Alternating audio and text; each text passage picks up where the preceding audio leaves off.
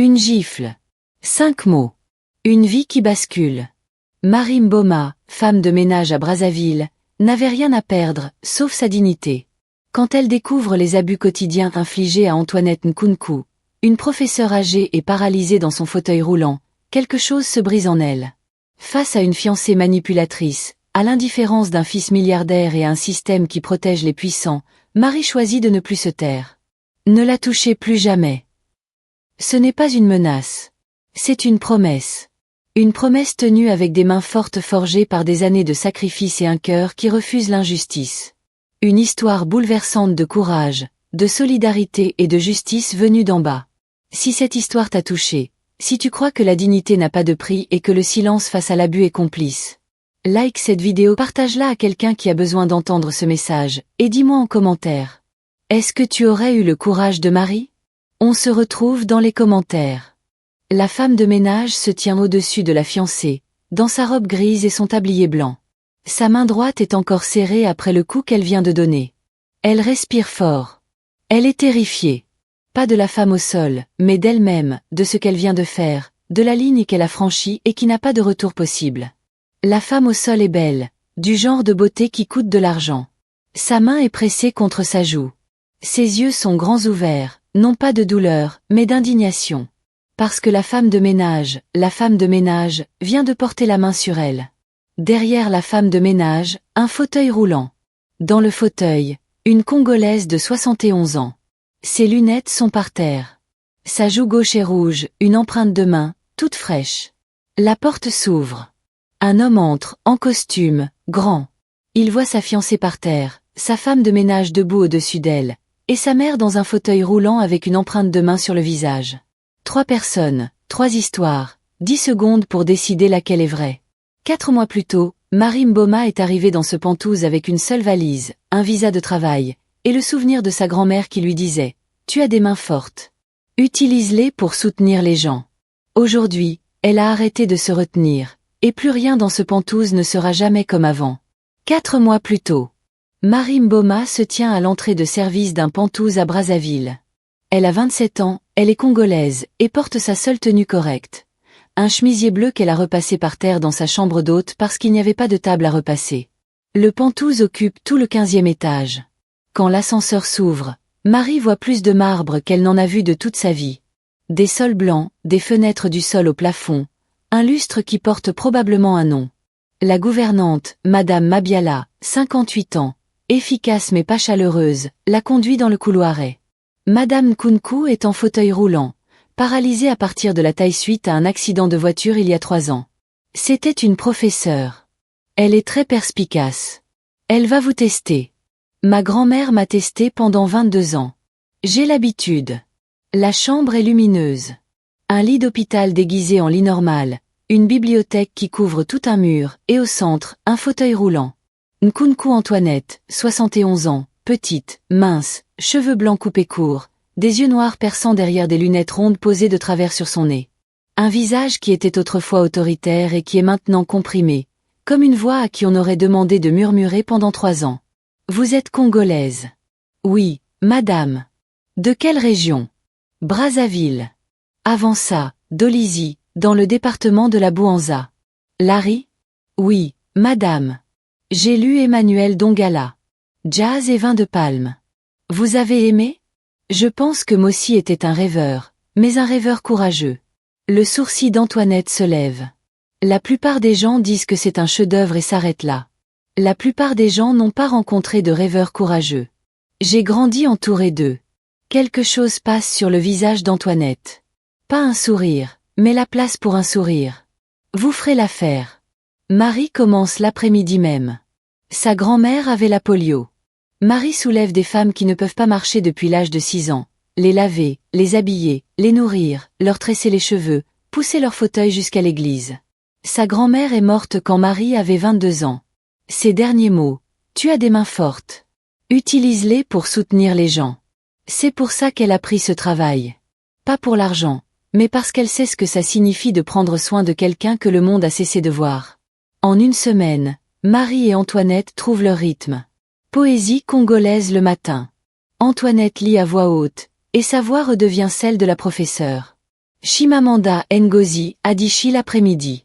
Marie-Lie et Antoinette discutent chaque phrase.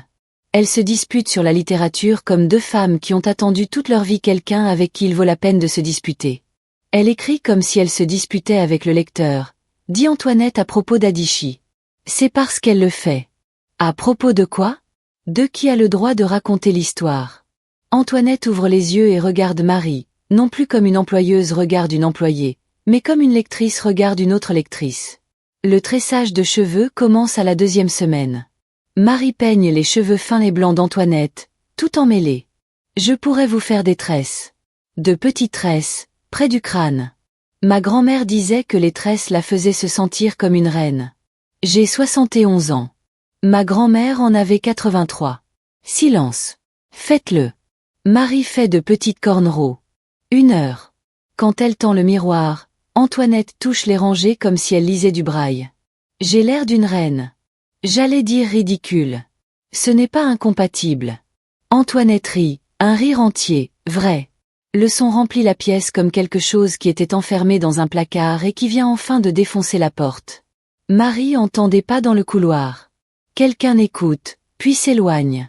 Le riz sauce rouge commence le mardi suivant. Marie cuisine dans la cuisine du Pantouz après le départ du chef Mabiala. Oignons, tomates, poivrons, piments. Elle apporte un bol à Antoinette. Qu'est-ce que c'est? Du riz sauce rouge. C'est rouge. C'est censé l'être. Ça sent comme si ça se disputait avec moi. Au Congo, la nourriture polie est mauvaise. Antoinette mange tout le bol. C'est son premier vrai repas depuis des mois. Les mardis, dit Antoinette. Les mardis. À partir de ce jour, chaque mardi devient le jour du riz sauce rouge. Et dans le petit espace entre une Congolaise qui cuisine et une professeure congolaise qui mange, quelque chose se construit qui n'a rien à voir avec la nourriture. Yolande Mancou arrive au Pantouz tous les jours à 11h30, éblouissante. Elle dirige une marque de lifestyle, c'est Lead Girl de Brazzaville. Elle apporte des fleurs, sourit, poste des photos avec Antoinette. Ma belle maman, mon inspiration. Marie observe. Quelque chose cloche. La vraie chaleur est désordonnée. Elle trébuche, elle rit au mauvais moment. La chaleur de Yolande est chorégraphiée. Chaque geste tombe exactement où il faut. La grand-mère de Marie disait, quand quelqu'un est trop prudent avec sa gentillesse, c'est qu'il cache le contraire. Jour 9. Marie revient avec le thé de l'après-midi. La porte est légèrement entr'ouverte. La voix de Yolande, basse, un murmure. Tu sais qu'il te mettra dans une maison de retraite tôt ou tard. Quand le mariage sera fait, un bel établissement, propre. Tu auras tes livres, mais tu n'auras plus la vue, le jardin, ni ton fils qui vient te voir, parce que je lui expliquerai que l'établissement offre de meilleurs soins, et il me croira. Il me croit toujours. La voix d'Antoinette, petite, s'il te plaît, ne fais pas ça. Alors ne m'y oblige pas. Quand le nouveau médecin viendra, tu lui diras que tu es confuse, que tu oublies des choses. Tu as compris? Oui. Marie reste dans le couloir, le plateau de thé dans les mains, les doigts blancs autour des poignets. Elle entre, normale, souriante. Yolande se redresse. Le sourire revient instantanément. Mais Marie a entendu, et elle commence à observer. Jour 12. Elle découvre le premier bleu en aidant Antoinette à se changer. À l'intérieur du bras, violet, en forme de 3 empreintes de doigts. Les accoudoirs d'un fauteuil roulant ne laissent pas d'empreintes de doigts. Antoinette se dégage. Je suis maladroite. J'ai baigné ma grand-mère tous les jours pendant 16 ans. Je sais faire la différence entre un coup et une saisie. Le mur se referme. Antoinette détourne le regard. Ce n'est rien. Jour 14. Marie entre dans la chambre d'Antoinette après son service de blanchisserie. Le fauteuil roulant est tourné vers le mur. Antoinette est assise en silence, a fixé la peinture blanche à 15 cm. Elle ne peut pas tourner le fauteuil toute seule. Ses bras ne sont pas assez forts. Depuis combien de temps êtes-vous comme ça? Je ne sais pas. Quelle heure est-il? 16 heures. Depuis 11 heures. 5 heures. Une femme de 71 ans qui regarde un mur pendant 5 heures parce que quelqu'un a tourné son fauteuil et est parti. Marie saisit les poignets, tourne le fauteuil vers la fenêtre. La lumière de l'après-midi frappe le visage d'Antoinette. Elle cligne des yeux, comme si elle sortait d'une grotte. Elle a dit que j'avais besoin de me reposer. Que la lumière me faisait mal aux yeux. C'était vrai? Non. Marie ne dit rien. Elle ajuste la couverture sur les genoux d'Antoinette, lui tend le livre posé sur la table de chevet, ouvre plus grand les rideaux. Le fleuve Congo devient visible. La lumière entre à flot. Antoinette lit. Ses mains tremblent pendant la première page. À la deuxième, elles sont stables. À la troisième, la voix de la professeure est de retour, elle lit à voix haute. Les mots remplissent la pièce qui était silencieuse pendant 5 heures. Marie reste près de la fenêtre, à écouter. Sa mâchoire est tellement serrée qu'elle lui fait mal. Jour 17. Marie trouve les lunettes d'Antoinette cachées dans un tiroir de la commode. Yolande les avait cachées. Antoinette est restée assise en silence pendant 2 jours, incapable de lire, incapable de voir la vue, incapable d'être la professeure, juste une femme dans le flou. Marie trouve les lunettes, nettoie les verres avec son tablier, s'agenouille à côté du fauteuil roulant et les pose doucement sur le visage d'Antoinette, comme elle le faisait autrefois avec les lunettes de lecture de sa grand-mère après les avoir nettoyées avec l'ourlet de sa robe. Les yeux d'Antoinette se concentrent. La pièce redevient nette. La bibliothèque, la fenêtre, le visage de Marie. Merci, murmure Antoinette. Ses mains tremblent. Ce soir-là, Marie est allongée dans sa petite chambre au bout du couloir de service, elle fixe le plafond. Elle ne pleure pas pour elle-même, elle pleure pour la femme au bout du couloir qui ne pleure pas pour elle-même. Jour 20. 16 heures. Marie est dans le couloir. Elle entend un cri de douleur venant de la chambre d'Antoinette, elle ouvre la porte. Yolande est debout au-dessus du fauteuil roulant, la main d'Antoinette sur ses genoux, rouge et gonflée. Yolande était en train d'écraser les doigts d'Antoinette avec son talon. « Oh, Marie, j'étais juste en train d'ajuster la couverture de maman. » Ce soir-là, Marie met de la glace sur la main d'Antoinette et bande le doigt. « Pourquoi vous ne le lui dites pas? Elle me mettra dans une maison de retraite. Elle dit à Jean-Luc depuis des mois que je suis confuse, que j'oublie des choses. Elle a amené un médecin. Elle lui a dit que je déclinais. Elle construit un dossier pour me faire déclarer incapable. Vous êtes la personne la plus lucide que j'ai jamais rencontrée. Peu importe ce que je suis. Ce qui compte, c'est ce qu'elle lui fait croire que je suis. Elle a pensé à tout, Marie. Elle n'est pas plus intelligente, elle est plus méchante. Ce sont 2 choses différentes. Jour 25. Marie va voir Jean-Luc dans son bureau au mur de verre, avec un bureau grand comme sa chambre.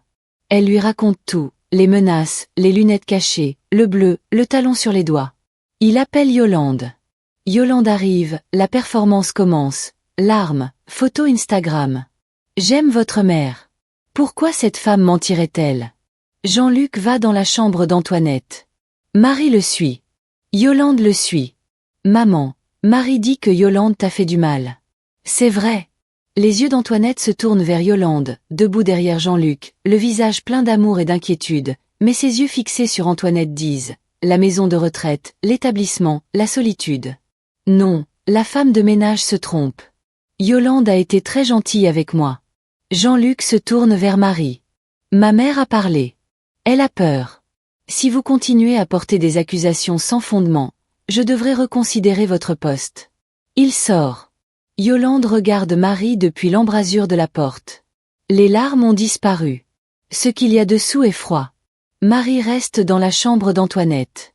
La vieille femme fixe ses genoux. Je suis désolée, Marie.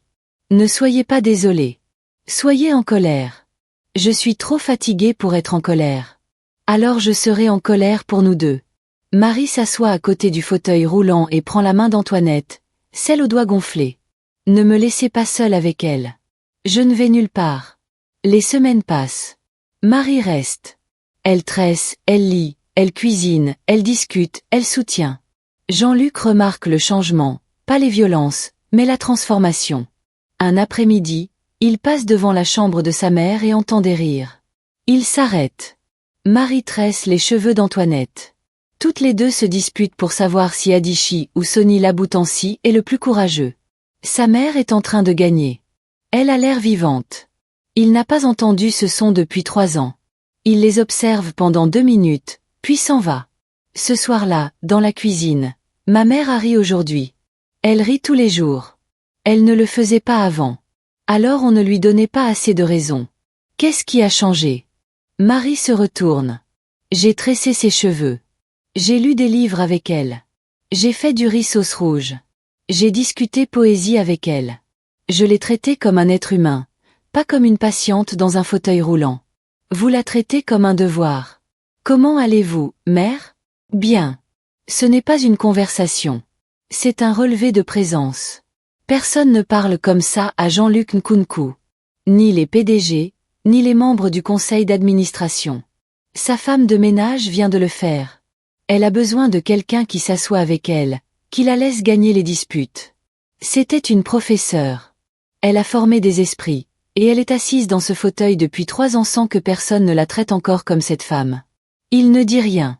Mais ce soir-là, il va dans la chambre de sa mère, s'assoit, pas pour 10 minutes, mais pour 1 heure. Pendant ce temps, Yolande remarque aussi le changement. Antoinette est plus forte, plus bruyante, dangereuse. Une Antoinette forte pourrait parler. Yolande passe à la vitesse supérieure. Elle licencie le kinésithérapeute gentil et le remplace par un qui lui fait des rapports. Elle réduit les horaires de Marie. Elle essaie d'étouffer le lien. 4e mois, jeudi, 16h07. Antoinette retrouve la voix de la professeure. Je vais dire à mon fils ce que tu es. Il s'est assis avec moi la semaine dernière. Il m'a écouté. Il me voit à nouveau. Et quand il me verra clairement, il te verra clairement aussi. La voix de Yolande, froide, plate. Non, il ne le fera pas. Le bruit sec, peau contre peau. Une main ouverte qui frappe le visage d'une femme de 71 ans assez fort pour faire voler ses lunettes à travers la pièce. Marie ouvre la porte. Marie regarde l'empreinte de main, regarde les lunettes, regarde le visage vide de Yolande. Quelque chose explose en elle. Ce n'est pas de la colère, ce n'est pas du courage, c'est un réflexe. Le même réflexe qui lui faisait soulever sa grand-mère tous les matins. Le même réflexe qui lui a fait mettre de la glace sur le doigt d'Antoinette. Le réflexe d'une femme construite par sa grand-mère, par 22 années à pousser un fauteuil roulant jusqu'à l'église, pour se placer entre les vulnérables et le monde. 3 pas. Sa main droite, paume ouverte, pas un point, une correction, comme les femmes se frappent dans un marché fatigué quand quelqu'un manque de respect à leur mère. Sa paume touche le visage de Yolande. Yolande tombe sur le côté, glisse du bras du canapé, heurte le marbre. Ses cheveux s'étalent. Sa robe se froisse. Sa main va à sa joue. Marie se tient entre le fauteuil roulant et la femme au sol. Sa paume la brûle. Sa carrière est finie. Son visa est fini. Elle s'en fiche. Ne la touchez plus jamais. Derrière elle, Antoinette regarde le dos de Marie avec une expression que Marie n'a jamais vue chez personne. Quelqu'un s'est battu pour moi. 30 secondes passent. Yolande est au sol et calcule, même maintenant. Les larmes arrivent, pile à l'heure. La porte s'ouvre. Jean-Luc Nkunku entre. Il voit tout. La fiancée par terre qui pleure, la femme de ménage debout, la mère avec une empreinte de main. Yolande parle en premier, comme toujours, elle m'a frappé sans raison. J'étais juste en train de rendre visite à votre mère. Marie ne dit rien, elle reste debout, elle attend. Maman, que s'est-il passé? Les yeux d'Antoinette se tournent vers Yolande derrière Jean-Luc. Les yeux qui disent, la maison de retraite, l'établissement. Dis ce que je t'ai dit. Mais quelque chose est différent aujourd'hui. Aujourd'hui, une femme en uniforme de femme de ménage a traversé une pièce et a frappé celle qui lui faisait du mal. Pas pour l'argent, pas pour le pouvoir. Parce que Marie a des mains fortes et que sa grand-mère lui a dit à quoi elle servait. Quelqu'un s'est battu pour moi. Le mur s'ouvre. Elle m'a giflé. 2 mots, le plus silencieux des tremblements de terre à Brazzaville. Yolande m'a giflé aujourd'hui, et avant aujourd'hui aussi. La voix d'Antoinette devient plus forte à chaque phrase, la professeure revient. Elle me pince les bras. Elle écrase mes doigts avec son talon. Elle prend mes lunettes. Elle tourne mon fauteuil vers le mur. Elle murmure qu'elle me mettra dans une maison de retraite, qu'elle te dira que je perds la tête. La pièce est silencieuse. Puis, elle a amené un médecin, elle lui a dit que j'étais confuse. Elle construit un dossier pour me faire déclarer mentalement incapable, parce que le trust familial, le trust, te revient si je suis déclarée incapable. Elle ne veut pas ma mort, elle veut que je sois effacée, sur le papier. Jean-Luc regarde Yolande. Les larmes sont encore là, mais la performance se fissure. Antoinette n'était pas censée parler. En 3 ans, elle n'avait jamais parlé. Yolande n'a pas de plan pour ça. Elle est confuse, Jean-Luc. Je t'avais dit. Ma mère vient de décrire une campagne de 3 ans avec une précision chronologique. C'est un témoignage. Sors. Tu choisis une femme de ménage plutôt que moi? Je choisis ma mère.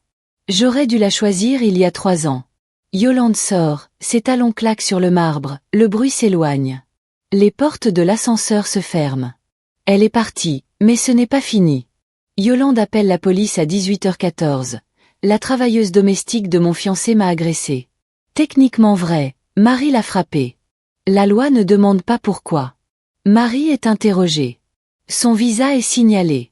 L'immigration est prévenue. Yolande fait fuiter l'histoire via une amie. La femme de ménage congolaise violente d'un milliardaire attaque sa fiancée. Les commentaires. Déportez-la. Pour qui elle se prend? Le récit est celui de Yolande. Il l'a toujours été. Marie lit les commentaires dans sa petite chambre. Ses mains ne tremblent pas.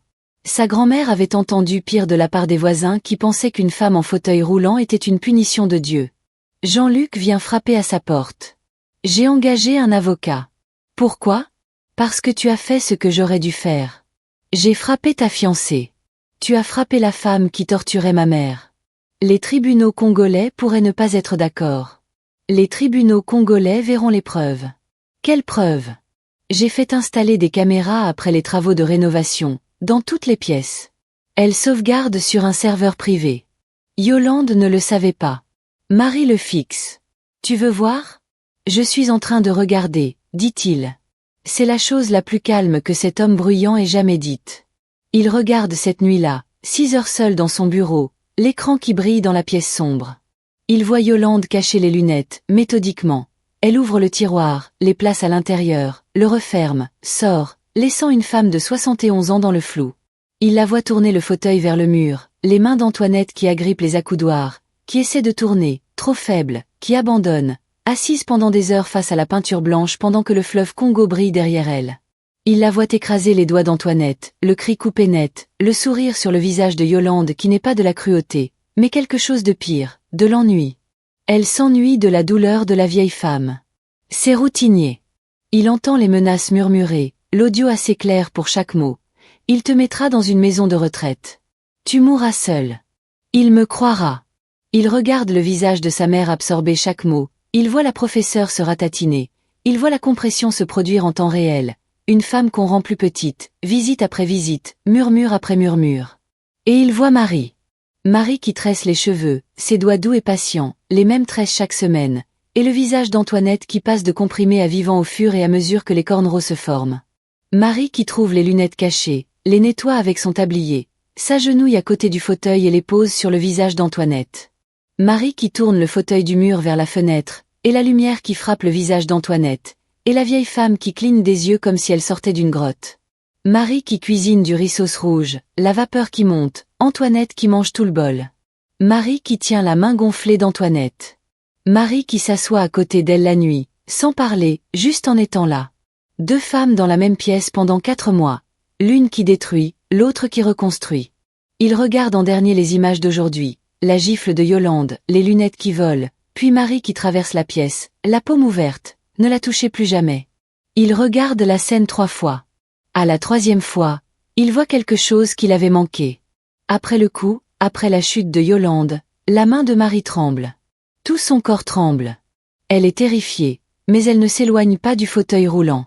Elle se plante entre Antoinette et la femme au sol, et elle ne bouge pas. Jean-Luc ferme la vidéo, ouvre les documents du trust familial. 51% de Nkunku Industries détenue par Antoinette, qui passe à Jean-Luc en cas de décès ou de déclaration d'incapacité légale. Il sort les demandes médicales de Yolande, l'évaluation psychiatrique, les formulaires de compétences pré-remplis, une lettre pour un établissement résidentiel, déjà rédigée, adressée, en attente de signature. Puis son responsable juridique trouve autre chose. Un dépôt datant de 3 ans. Une procédure préliminaire de transfert de trust a été initiée 2 semaines avant l'accident de voiture par Mankou & Associates, le cabinet de la famille de Yolande. Oui, elle a été retirée 10 jours après l'accident. 2 semaines avant l'accident. Quelqu'un de la famille de Yolande avait déposé les papiers pour s'emparer du trust. Puis l'accident est arrivé. Le mari est mort. Antoinette a été paralysée. La procédure a été retirée parce que la situation avait changé. Antoinette était désormais contrôlable sans ordonnance judiciaire. Jean-Luc appelle son enquêteur à 3h47 du matin. L'accident de voiture, mon beau-père, rapport complet de l'incident, dossier d'entretien du véhicule. Ce dossier était clos. Rouvrez-le. Le rapport revient 2 jours plus tard. L'inspection des freins prévue le matin de l'accident avait été annulée par un appel téléphonique provenant d'un numéro enregistré au nom de Mankou & Associates. Les freins, le dépôt, l'appel, le timing. Jean-Luc reste avec ça toute une journée. Son beau-père, l'homme qui aimait sa mère, qui réparait les choses et racontait des blagues terribles, est mort parce que quelqu'un a annulé une inspection des freins. Il le dit à Marie. Elle se fige. Ta mère ne le sait pas. Non. Elle s'est reproché ça pendant 3 ans. Elle m'a dit, je lui ai dit qu'on était en retard.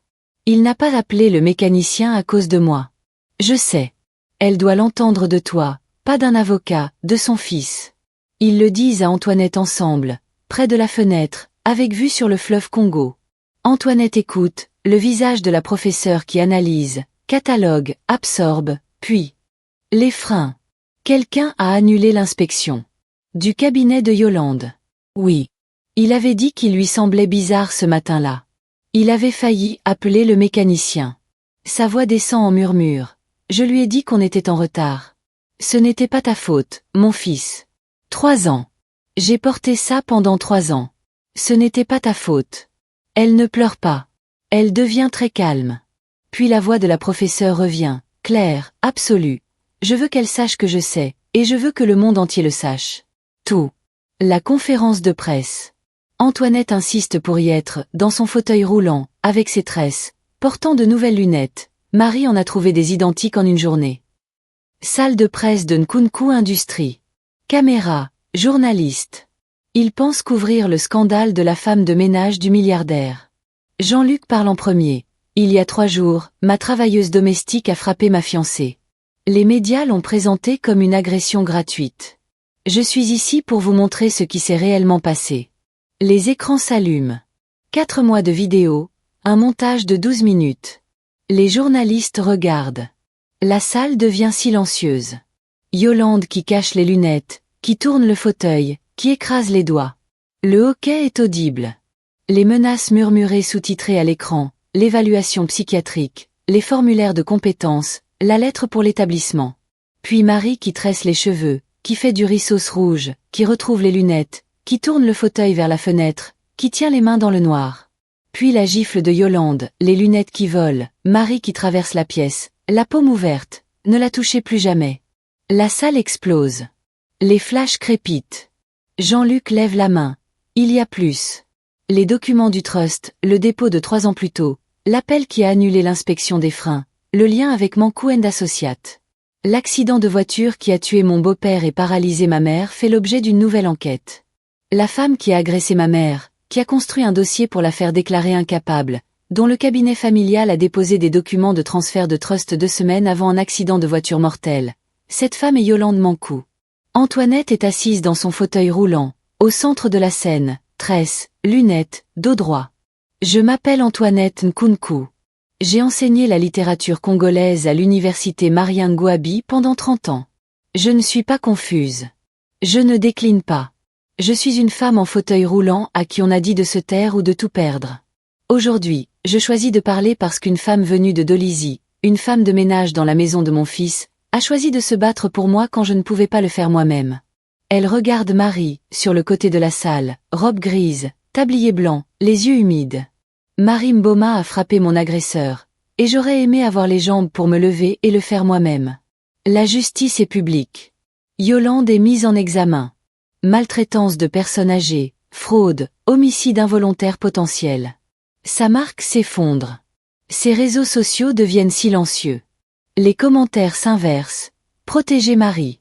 Cette femme de ménage est une héroïne. Les poursuites contre Marie sont abandonnées le même après-midi. 3 semaines plus tard, dans le Pentouze, le matin. Marie tresse les cheveux d'Antoinette, le même motif, les mêmes mains. La lampe de lecture est neuve, brillante et allumée. La fenêtre donne sur le jardin. Le fauteuil roulant est dans la lumière. Il ne sera plus jamais tourné vers le mur. Tu restes, dit Antoinette. Ce n'est pas une question. Je reste. Pas en tant que femme de ménage. Je ne suis pas sûre d'être autre chose. Tu es ma compagne, ma lectrice, ma tresseuse de cheveux, ma chef de rissos rouge, mon amie.